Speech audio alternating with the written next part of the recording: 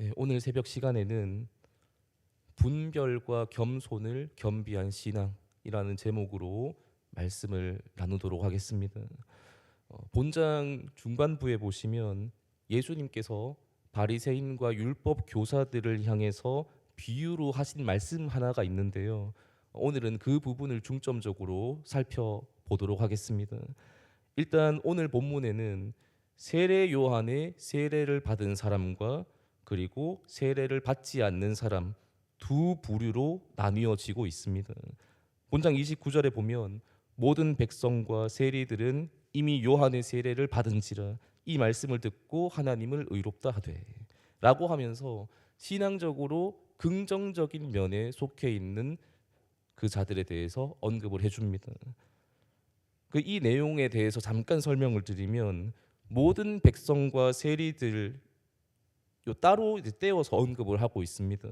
그런데 사실 세리도 모든 백성들에 포함이 되기 때문에 굳이 세리들을 따로 떼어서 이야기할 필요가 없는 부분이거든요. 모든 백성들이 요한의 세례를 받았다라고 표현할 수 있는데 굳이 세리를 따로 언급한 이유는 당시 우월감에 빠져 있었던 잘못된 신앙관을 가지고 있었던 유대인들을 고발하기 위한 목적이었다고 볼 수 있습니다. 당시 세리라고 하면 아주 질이 나쁜 죄인 중에서도 너무나 더럽고 추잡한 죄인이라는 인식이 있었거든요. 당시 유대인들은 로마의 지배를 받고 있었는데 세리들은 이 로마라는 나라에 빌붙어서 자기 민족들의 그 주머니를 피로 이상으로 털어가는 그러한 착취를 했기 때문에 당연히 이 세리에 대한 인식은 좋을 수가 없었습니다. 그런데 이런 세리조차도 회개하고 세례를 받아서 구원을 얻을 수 있게 되었다라는 것은 율법을 수호하고 지켜나가는 이 유대인들, 특히 바리새인들과 율법 교사들의 입장에서는 용납할 수 없는 일이었습니다. 그런데 예수님께서는 오히려 이 바리새인들을 향해서 율법 교사들을 향해서 강력하게 책망하시고 있죠. 30절 말씀입니다. 바리새인과 율법 교사들은 그의 세례를 받지 아니하므로 그들 자신을 위한 하나님의 뜻을 저버리니라. 바리새인과 율법 교사들이 많은 백성들, 특히 세리들 보면서 저 인간들은 정말로 죽어 마땅한 죄인이다. 그리고 하나님의 율법을 받은 우리들은 구원받을 하나님의 백성이다. 라고 생각을 했는데 예수님께서 정반대의 말씀을 하고 계시는 겁니다. 오히려 너희가 하나님의 뜻을 저버리가 있다 라고 말씀하신 거죠. 그러면서 한 가지 비유의 말씀을 해주시게 됩니다. 32절의 말씀이고요. 비유하건대 아이들이 장터에 앉아 서로 불러 이르되 우리가 너희를 향하여 피리를 불어도 너희가 춤추지 않고 우리가 곡하여도 너희가 울지 아니하였더라 함과 같도다. 분명히 복음이 증거되었고 복음이신 예수님이 이 땅에 오셨고 그들 바로 앞에 있었지만 전혀 반응하지 않는 그러한 모습을 지적하시는 의미가 담겨 있습니다. 그리고 또한 자기 의를 내세우면서 그것과 맞지 않는 것을 무조건적으로 비난하기만 하는 이 율법 교사들을 질타하시는 의미도 담겨 있어요. 사실 예수님과 세례 요한 이 두 인물은 좀 다른 행보를 보여주거든요. 세례 요한은 떡도 먹지 않고 포도주도 마시지 않으면서 정결하게 주님 오실 길을 예비한 인물입니다. 나실인이었죠. 그런데 바리새인과 율법 교사들은 이런 세례 요한이 귀신 들렸다라고 표현하게 됩니다. 그리고 예수님은 정반대예요. 떡도 마시시고 포도주도 마시셨습니다. 그리고 죄인들에게 다가가서 그들의 친구가 되어 주기도 하시죠. 이런 예수님에 대해서는 바리새인과 율법 교사들이 먹기를 탐하고 포도주를 즐기며 죄인과 친구가 된 그러한 자라고 하면서 또 비난을 했어요. 나와 맞지 않는 부분에 대해서 무조건적으로 비난을 하고 있는 모습입니다. 그런데 사실 세례 요한과 예수님 이 두 분은 우리가 잘 아는 대로 절대로 잘못된 행동을 하지 않았습니다. 두 분의 행보가 겉보기에는 조금 달라 보였을 수 있지만 사실 모두가 하나님이 주신 사명에 따라서 그렇게 하나님의 나라를 위해서 일해 나간 분들이죠. 세례 요한은 정결한 모습으로 주님 오실 길을 예비한 그러한 모습이고요.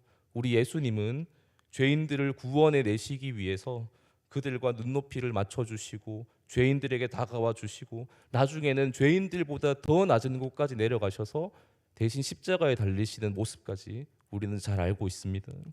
우리가 이런 이야기들, 이런 말씀들을 통해서 바른 신앙의 길을 분별해 나가는 것이 얼마나 중요한 부분인가에 대해서 좀 묵상해 볼 수 있습니다.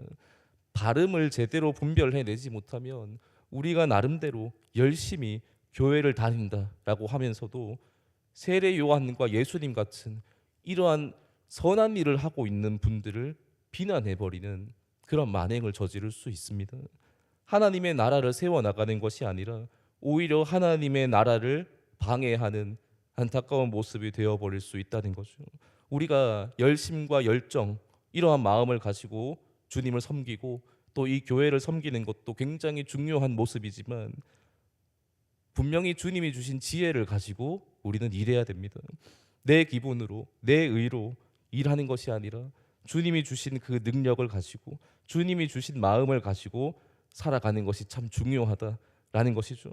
그리고 이러한 내용을 살펴볼 때마다 항상 좀 강조드리는 부분이 있는데 그것은 바로 겸손의 마음입니다.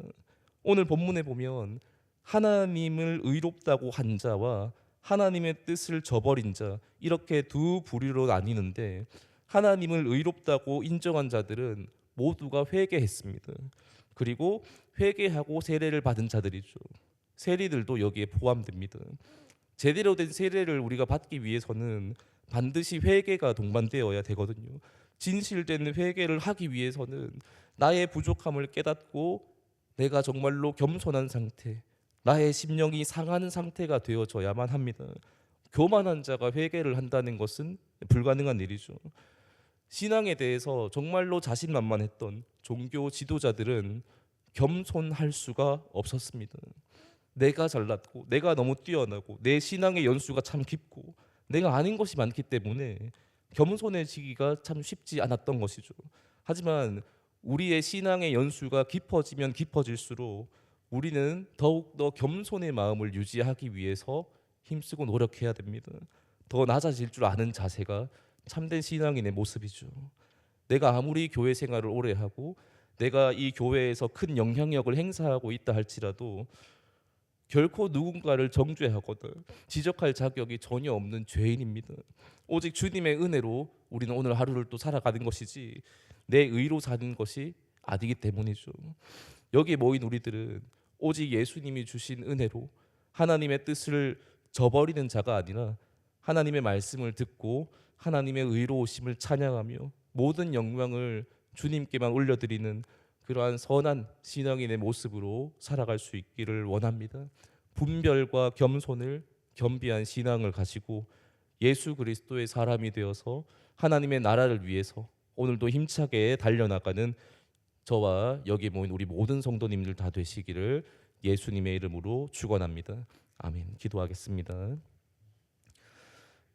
하나님 아버지 감사합니다. 오늘 예수님의 그 귀한 선하신 모습 그리고 또 예수님이 오실 길을 예비한 세례 요한 이렇게 선한 일을 감당한 두 인물이 율법 교사들과 바리새인들에 인해서 비난받는 그러한 장면 모습을 살펴보았습니다.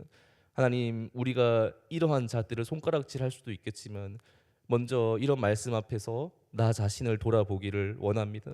하나님 우리가 나름대로 열심히 신앙생활을 해나가고 있는데 초심을 잃어버리고 하나님 우리가 죄인이었다는 사실을 잊어버리고 교만하게 혹시 살아간 모습 그런 마음이 있다면 용서하여 주시옵소서. 하나님 아버지 여기에 모인 우리들은 하나님의 나라를 위하여 하나님 쓰임 받기를 원합니다. 하나님의 나라를 방해하는 자가 되지 않기를 원합니다. 주님 오늘도 우리에게 겸손의 마음을 주시고 예수님의 그 겸손을 배우고 주님의 그 사랑을 배우고 예수님 가신 그 십자가의 길을 걸어갈 수 있는 하나님 그러한 우리의 모습 되어지기를 원합니다. 하나님 우리가 신앙생활을 오래 해나가면 해나갈수록 더욱더 주님의 마음을 배우게 하시고 하나님 더욱더 낮아진 곳에서 섬김과 헌신을 하며 하나님께 영광 올려드리며 많은 사람들에게 선한 영향력을 끼칠 수 있기를 원합니다. 우리를 붙들어 주시고 하나님께서 친히 인도하여 주시고 날마다 예수님을 붙잡고 살아가는 우리 모두가 되어질 수 있도록 인도하여 주시옵소서. 감사드리며 예수님의 이름으로 기도드립니다. 아멘.